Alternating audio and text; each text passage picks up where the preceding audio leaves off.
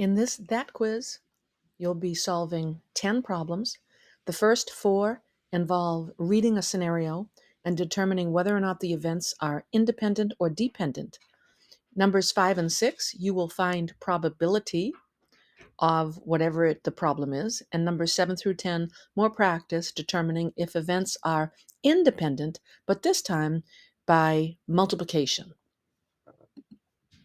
2 events are independent. Now, this is an important definition. If the happening of one event does not affect the happening of the other.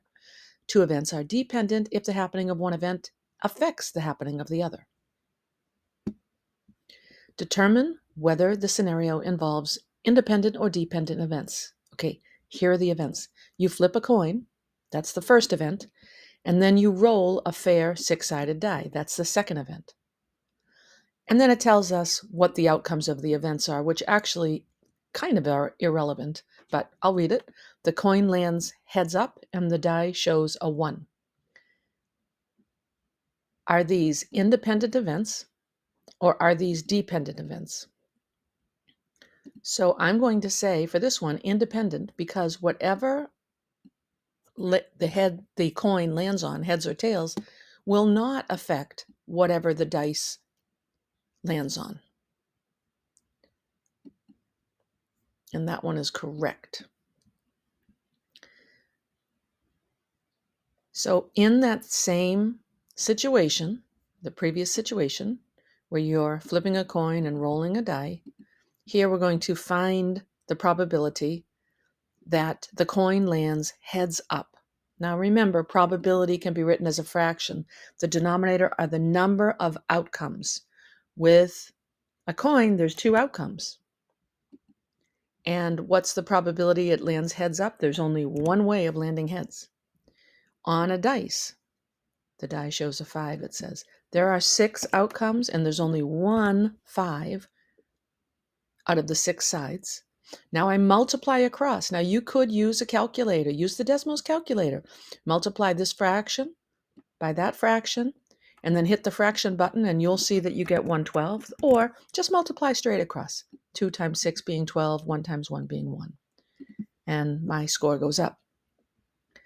Here's the next one. A bag contains 1 red and 3 blue marbles. So we're talking about one bag. We're talking about 4 marbles in the bag at the start. You randomly pick a marble, then you pick a second marble without returning the marbles to the bag. So now we want to think about that first marble that you pick.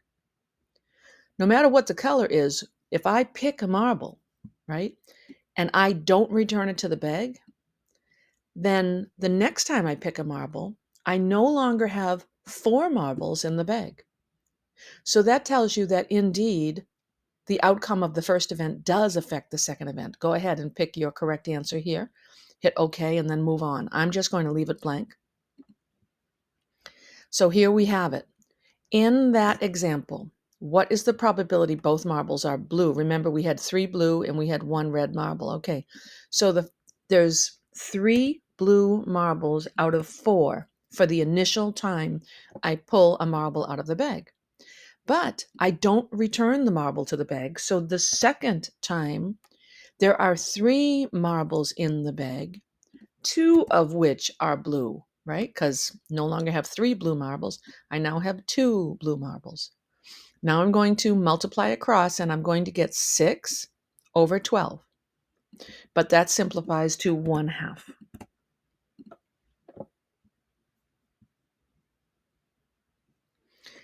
Here's an important definition.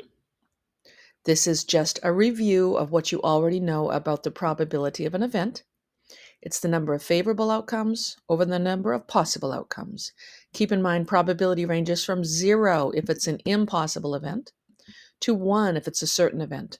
It can be written as a fraction, decimal, or percent. Okay, fine. Come back to this if you need it. That's your definition of probability. You roll a fair 6-sided die twice. The first roll shows a 5. Okay, so we know that there's one side that shows a 5 out of 6. And the second roll shows a 6. What's the probability of that happening? How many outcomes have the number 6 out of how many possible outcomes? Now multiply across and get the probability of rolling a 5 on the first roll and then a 6 on the second roll. You solve that one. There are 8 shirts in your closet. 4 are blue and 4 are green. Okay, so we have 8 shirts. Half of them are blue, half of them are green. You do laundry at the end of the week. On Monday, you randomly pick a shirt to wear. On Tuesday, you pick a different shirt. Find the probability of wearing a blue shirt on both days. Okay, so after you wear the shirt, remember you put it at the bottom for the laundry. And so you no longer have 8 shirts after you've worn it on Monday. All right, so first of all, what's the probability of a blue shirt on Monday? Well, that would be 4 out of 8, right? What's the probability of a blue shirt on Tuesday? Now I'm noticing up here, it says, I was just wondering about this. Each fraction should be written in simplest form.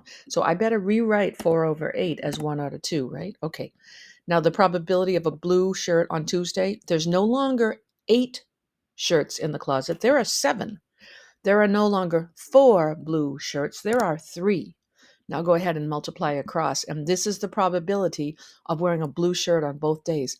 These are dependent events because this denominator changed from what was 8 to 7. Here's a new definition.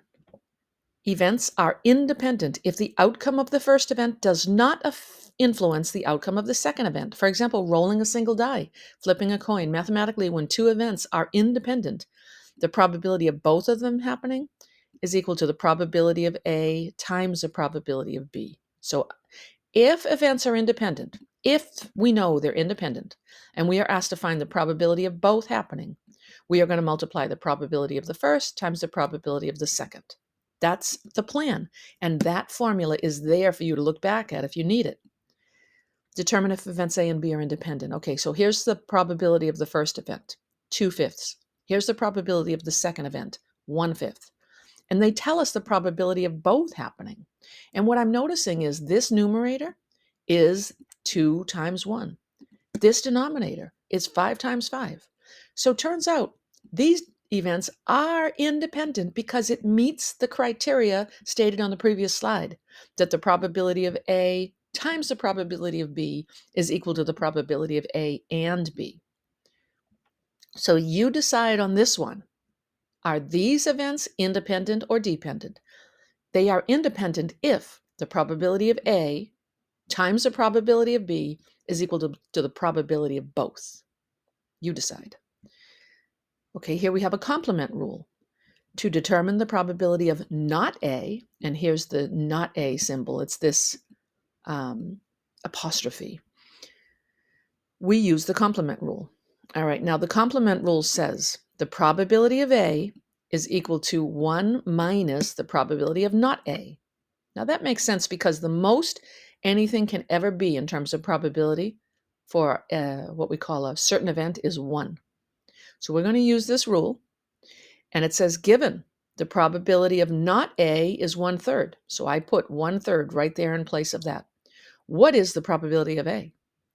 Well, if the probability of not A happening is 1/3, then the probability of A happening would be 1 minus 1/3, or 2/3. 1 whole minus 1/3 is 2/3. From earlier grades, you knew that. Last problem, determining if these events are independent. First of all, it tells us that the probability of A naught is 3/4. Now that's important. If the probability of A naught is 3/4, then the probability of A itself is 1/4. Make sense?